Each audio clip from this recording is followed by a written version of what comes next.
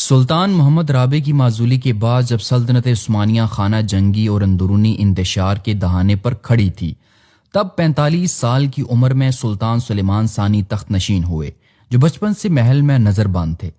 ایک طویل قید کے باوجود سلطان سلیمان نے اپنے پیشروؤں سے کہیں زیادہ حکمت اور بیدار مغزی کا مظاہرہ کیا۔ آئیے جانتے ہیں کہ کیسے سلطان سلیمان ثانی نے اپنے طویل نظر بندی کے بعد سلطنت عثمانیہ کو بحران سے نکالا اور اسے ایک بار پھر عظمت کی طرف گامزن کی۔ سلطان محمد رابع کی معزولی کے بعد سلطان سلیمان، جو بچپن سے محل میں نظر بند تھے، 45 سال کی عمر میں تخت نشین کیے گئے۔ اس طویل نظر بندی کے باوجود انہوں نے اپنے پیشروؤں سے کہیں زیادہ حکمت اور بیدار مغزی کا ثبوت دیا۔ ناظرین، اس میں کوئی شک نہیں کہ اگر ان کی تخت نشینی چند سال قبل عمل میں آ جاتی تو سلطنت عثمانیہ کو ان تباہیوں کا سامنا نہ کرنا پڑتا جو گزشتہ سلطان محمد رابع کے عہد کے آخری سالوں میں اسے کرنا پڑا تھا۔ سلطنت عثمانیہ کو جو صدمہ گزشتہ عہد میں پہنچ چکا تھا، اس کی تلافی فوراً ممکن نہ تھی، خصوصاً اس صورت میں کہ فوج باغی ہو رہی تھی اور پائے تخت کے علاوہ مختلف صوبوں میں بھی سرکشی اور بغاوت کے آثار نمایاں تھے۔ سلیمان پاشا کا قتل اور سلطان محمد رابع کی معزولی فوج ہی کی بغاوت کا نتیجہ تھی۔ سلطان سلیمان ثانی نے فوج کی برہمی دور کرنے اور اسے قابو میں لانے کی غرض سے تخت نشینی کے موقع پر بے شمار انعام و اکرام تقسیم کیے اور اس کی سرکشی اور بغاوت پر سلطان نے کوئی مواخذہ نہ کیا، لیکن چند ہی روز کے بعد فوج پھر باغی ہو گئی اور اس نے دارالحکومت استنبول میں قتل و غارت گیری کا بازار گرم کر دیا۔ متعدد وزراء مکس ان باغیوں کے خواہشات پر حکومت سے علیحدہ کر دیے گئے۔ آخر میں انہوں نے صدر اعظم سیاوش پاشا کے محل پر حملہ کیا اور اس سے قتل کر کے حرم میں داخل ہو گئے، اور اس کی بیوی جو کہ سلطان محمد رابع کی بیٹی تھی اور بہن اور دوسری خواتین کے ساتھ نہایت گستاخی کے ساتھ پیش آئے۔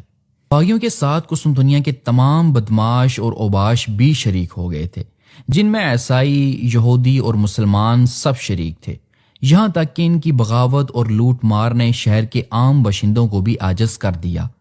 آخر علماء کے ابھارنے پر عوام اور خود جنیچری فوج کے وہ دستے جو مکس فوری جوش سے متاثر ہو کر اس ہنگامہ آرائی میں شریک ہو گئے تھے، باغیوں کی سرکوبی کے لیے اٹھ کھڑے ہوئے اور مشکل سے ان کو قابو میں لایا گیا۔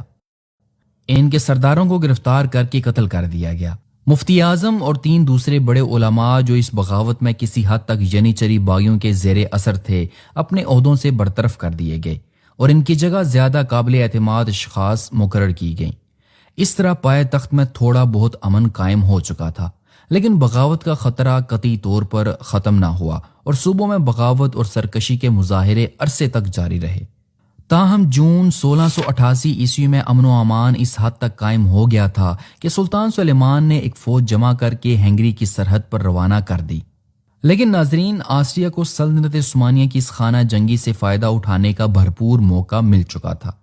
اس دوران میں آسٹریا کی 3 فوجیں شہزادہ چارلس آف لورین، شہزادہ لوئی آف بیڈین اور شہزادہ یوجین آف سوائے کی سرکردگی میں، جو اپنے وقت میں یورپ کے ممتاز ترین جنرل تھے، سلطنت عثمانیہ کی یورپی سرحدوں کی طرف بڑھنے لگے۔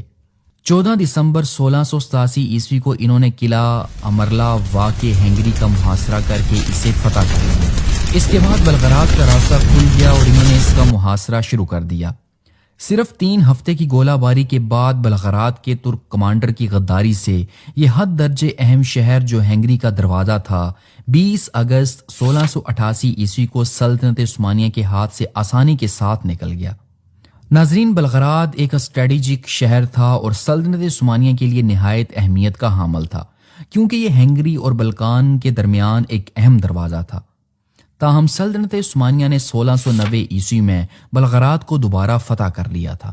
شہزادہ لوئی نے تقریباً اسی زمانے میں بوسنیا پر حملہ کر کے اس کے ایک بڑے حصے پر قبضہ کر لیا۔ ادھر ڈیلماشیا بغاوت کر کے عثمانی سلطنت سے آزاد ہو گیا۔ اس کے بعد آسٹریا کی فوجوں نے نیش اور وڈین پر بھی قبضہ کر لیا، اور 1699 عیسوی میں ہنگری کے صرف 2 قلعوں تمیسواڑ اور وڈین پر ترکوں کا قبضہ باقی رہ گیا تھا۔ سرویا اور بوسنیا کے بیشتر علاقے ان کے ہاتھ سے نکل چکے تھے۔ سلطنت کے جنوبی حصے میں بھی دشمن کی فتوحات کا یہی حال تھا۔ موروسینی نے تمام موریا فتح کر کے اس میں وینس کی حکومت قائم کر دی تھی۔ البتہ پولینڈ اور روس کے مقابلے میں ترکوں اور ان کے حلیف تتاری کامیاب تھے۔ 1688 عیسوی میں کریمیا کی تتاری فوج نے ایک پولش فوج کو شکست دے کر پولینڈ کے ایک بڑے حصے کو تاخت و تاراج کر ڈالا تھا۔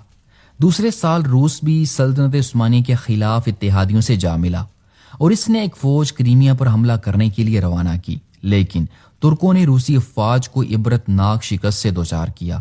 ترکوں کی فتوحات کا دائرہ وہیں تک پہنچ کر ختم ہو گیا، باقی ہر طرف انہیں شکستوں ہی کا سامنا تھا اور سلطنت عثمانیہ کے قدیم مقبوضات پر دشمنوں کا قبضہ دکھائی دے رہا تھا۔ بلکان پر آسٹریا کی فوجیں حملہ آور ہو رہی تھیں۔ سرویا اور بوسنیا کے بہترین حصے آسٹریا کے زیر حکومت آ چکے تھے۔ ادھر تمام یونان اور البانیہ پر جمہوریہ وینس کے نمائندہ موریسینی کا قبضہ ہو چکا تھا۔ علاوہ ازیں سلطنت عثمانیہ کا بحری بیڑا وینس، پوپ، مبارزین مالٹا اور ڈیوک آف ٹسکنی کے متحدہ بیڑوں سے شکست کھا کر بہت کچھ کمزور ہو چکا تھا۔